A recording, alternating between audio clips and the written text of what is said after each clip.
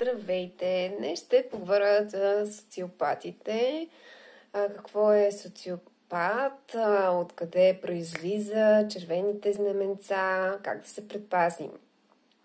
Това е човек с дисоциално разстройство на личността, така наречено Antisocial Personality Disorder, APD на английски. Означава, че има липса на емпатия, манипулативно поведение и неспособност да спазва социалните норми.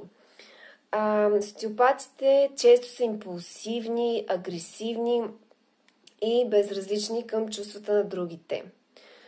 Откъде произлиза терминът? От социообщество, социален пат, болест, разстройство.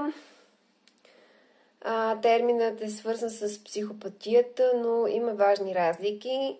Докато психопатите са хладнокръвни и планират действията си, социопатите са по-импулсивни и непредсказуеми.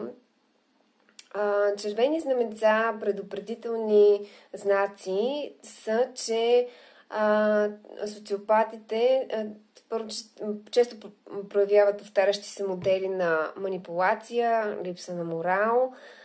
Едно от тях е липса на съпричастност и угризения. Те не изпитват вина, дори когато нараняват другите.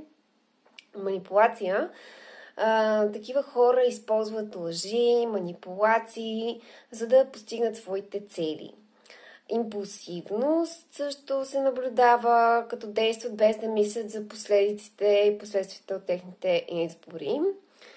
Арогантност, нарцисизъм, те вярват, че са по-добри от другите.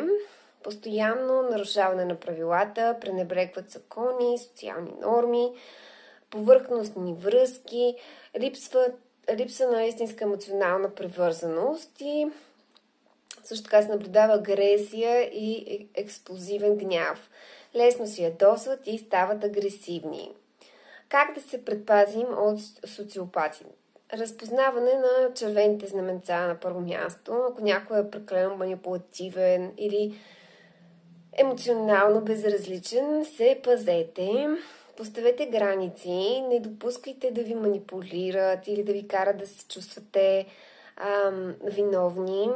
Не се опитвайте да ги поправяте. Социопатите рядко променят поведението си и не намират нещо грешно в поведението. Стойте далече от токсични взаимоотношения. Ако някой ви наранява емоционално, физически, просто прекратете контакт. И потърсете подкрепа, ако е необходимо. Ако сте били жертва на социопат, говорете с психолог или с близки